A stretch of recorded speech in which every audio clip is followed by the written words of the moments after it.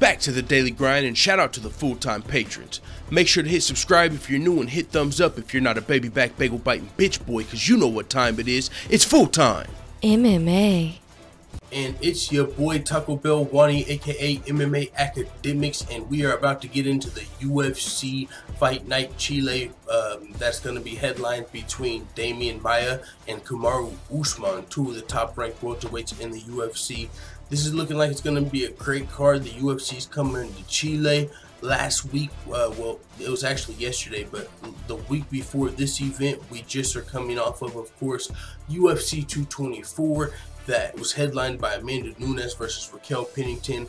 Quick recap of that action: we went 5 for 5 on our predictions. Lyoto Machida defeated Vitor Belfort. John Lineker defeated Brian Kelleher. Mackenzie Dern got the W, of course, as well as Kelvin Gastelum and Amanda Nunes. Now, with that being said, hopefully we go 6 for 6 this weekend. We'll see how that goes. But with that being said, if you want to see my full fight card predictions, make sure to check out patreon.com/fulltimemma. I do the early Fight Pass prelims as well as the Fox Sports prelim predictions, and those are over on patreon.com/fulltimemma. You can always check those out for free over there. Now, if you don't know what that is, this is just what it looks like. Recent post by Full Time MMA. There's my UFC Chile, and I already did those before this, so they're already posted over there. You can go see those right now. And these are just some other topics I've covered over on Patreon. Khabib talking about 50% or more of UFC fighters he believes are still on steroids even with USADA, and Colby Covington, of course, trashed Mackenzie Dern after she missed weight and talked about her faking her accent. So that's just some stuff you can see over there on Patreon. With that being said, let's get into the UFC Chile Fight Night preview and predictions of the main card, starting with the first fight of the night between Vicente Luque and Chad LaPrise. This fight was a tough fight for me to predict. I had to watch some fights. I had to do a lot of research, which is one of my favorite parts about these, man. Especially doing the prelim and the Fox Sports predictions. I got to do a lot of research on all of these fights each week, man. I'm doing film study and all type of shit, man. But either way, it's fun. Came up with these predictions right here. Going into the first fight of the night of the main card, this is what I came up with. I've got Vicente Luque winning the fight. Chad LaPrise is actually riding a 3-fight winning streak, and all 3 of those fights he's won via KO or TKO. So he's knocked out 3 guys in a row after losing 2 fights in which he was KO'd by Francisco Trinaldo, and he also lost a split decision to Ross Pearson. Now, in that fight, he landed more significant strikes, but he still lost that split decision. And since then, of course, he's won 3 fights via KO, TKO. Vicente Luque is only 26 years old, and he's 5-1 since losing his UFC debut. All 5 of Vicente Luque's wins have came via first or second round finish. He's got 2 KOs and 3 submissions. He's got wins over Bilal Muhammad and Nico Price. His only loss in the last 6 fights came to Leon Edwards, who's a current top 15 ranked UFC welterweight. So both of these guys, between Chad LaPrise and Vicente Luque, have the potential to finish each other. They both have the potential to finish this fight, but I think the younger, more experienced Vicente Luque takes this fight, and he's also probably going to be fighting in front of a home crowd, as he's the Latin fighter and this is in UFC Chile. So I can imagine the crowd's going to be on his side as well, for whatever that is worth. Now, with that being said, going into the next fight of the night, we've got Veronica Macedo versus Andrea KGB Lee. This is going to be an interesting fight here. Andrea KGB Lee's coming over to the UFC. This is her UFC debut, and she's coming over as like the LFA and the FC champion. So Andrea KGB Lee, I've heard her name multiple times before this, and this is her UFC debut, so she's pretty highly touted. But she's going to be taking on Veronica Macedo, who lost her UFC debut to Ashley Evans Smith. Pretty one-sided loss, and that was back in 2016 via 3rd round KO TKO. Andrea KGB, this is going to be her UFC debut, but she's coming to the UFC riding a 4-fight winning streak. And as I said, she's a former champion from other divisions. So I'm taking Andrea KGB Lee to win her UFC debut over Veronica Macedo. Then I'm going to the next fight, Diego Rivas versus Guido Canetti. Kennedy lost via triangle choke in January of this year, which was his first fight since his lone UFC win back in August of 2015. Diego Rivas is fighting out of Chile. He's actually the first fighter on the card actually out of Chile, I believe. And he's only 26 years old, but he lost his last UFC fight against Jose Quiones after winning his first 2 UFC fights in the UFC. So with that being said, neither of these guys have been super active as of late, but I'm going to pick the more well-rounded younger Diego Rivas to win at home against the 38-year-old veteran Guido Kennedy. Next, moving to Jared Cannonier versus Dominic Reyes. Jared Cannonier is 10-3 as a pro. Dominic Reyes is 8-0 as a pro. So Dominic Reyes is undefeated currently, and he's coming off of a submission win over Jeremy Kimball at UFC 218. And he's won both of his UFC fights via first-round stoppage. He's going to be fighting the 34-year-old Jared Cannonier, who's coming off of a unanimous decision loss to Jan Blachowicz around the same time that Dominic Reyes fought his last fight. They both fought in December of 2017. This fight's going to be a toss-up for me, but I'm going with the younger, undefeated Dominic Reyes, who's on a fight first-round KO streak.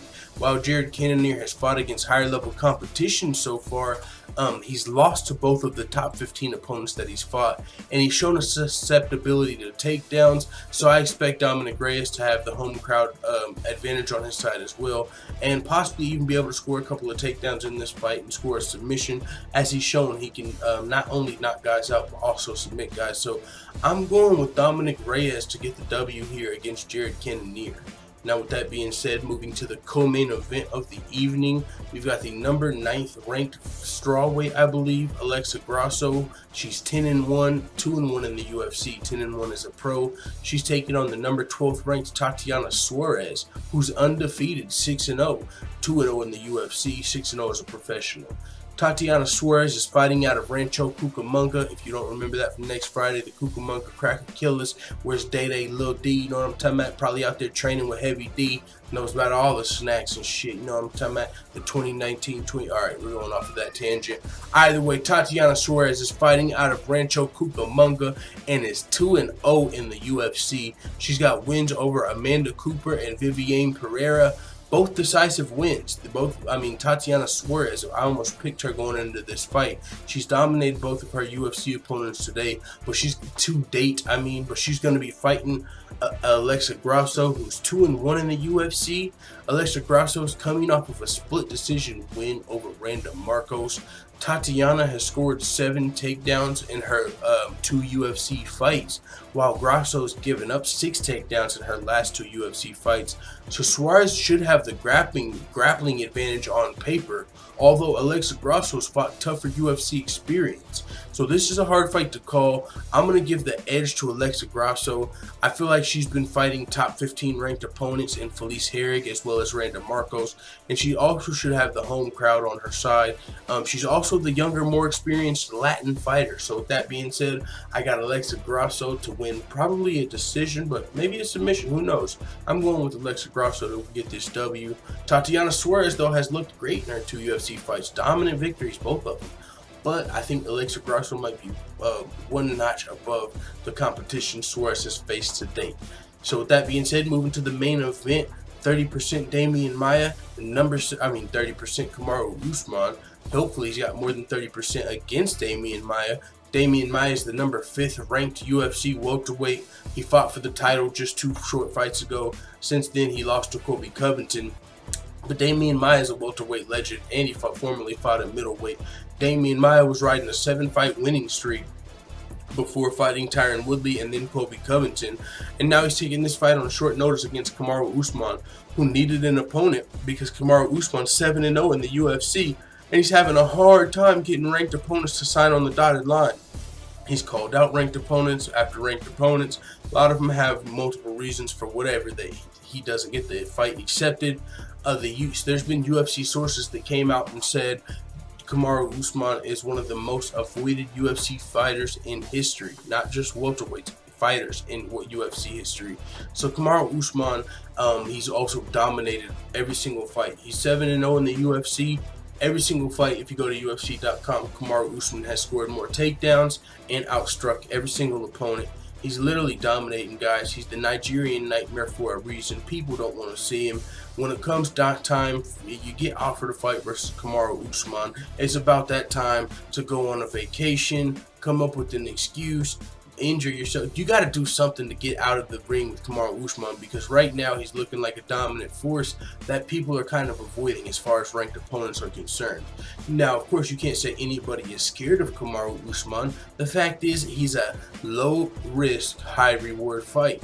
If you beat Kamaru Usman, you're going to get the respect of a lot of people who realize, you know, he was a dominant force coming up in the division. But the casual fans don't know a lot about Kamaru Usman at this point. You're going to get respect from fighters if you beat Kamaru Usman, but not necessarily a lot of attention or a big payday. So there's other fighters that are welterweights that have bigger names. So you know, it's just going to make more sense as a fighter. Yeah, I'm not gonna say I'm scared of you, but I'd rather fight this other guy. You know what I'm saying? So that's part of what goes on with Kamaru Usman. He's unable to find ranked opponents. He was scheduled to face Santiago Ponzinibbio originally on this card, but fortunately, possibly for Santiago Ponzinibbio, or unfortunately, he was pulled from the fight due to an injury, conveniently, I should say. He doesn't have to fight Kamaru Usman. Now Damian Maia is going to step in on short notice and take on Kamaru Usman. But Damian Maia is riding a 2-fight losing streak, losing to Tyron Woodley and Colby Covington already. But much respect to Damian Maia for taking the fight. But I'm picking Kamaru Usman to come in here and get the W and move that much closer to the top 5 of the UFC welterweight division. Kamaru Usman is currently ranked number 7. Damian Maia is currently ranked number 5. With a win here, Kamaru Usman will move into the top 5, and that'll give him that much more of a case to fight a top 5 guy next. So with that being said, we'll see what happens. I got Kamaru Usman beating Damian Maia in this fight. Respect to Damian Maia for taking the fight and saving the card, because originally we had Volkan Ozdemir versus Shogun Rua in the co-main event of this card, but it was rescheduled due to visa issues, I believe, and it's going to be now the main event of UFC Hamburg. So Alexa Grasso versus Tatiana Suarez was moved up to the co-main event, and Damian Maia stepped in to replace Santiago Ponzinibbio on the main event. So this fight got salvaged, but it's still here. It's happening next week on May 19th, I believe, Saturday. So let the full-time family know what you think in the comments. And of course, I have to give a shout out to my boy Jorge1 for the $25 donation. Much appreciated, good sir. Definitely gonna help. I really wish I could do like a live fight companion for UFC 225, 226, and 227. We'll see what happens. Hopefully, I can keep getting actual work shifts, you know, outside of YouTube, to be able to upgrade my internet and make sure we don't lag during live streams, so we can get that going. That would be dope.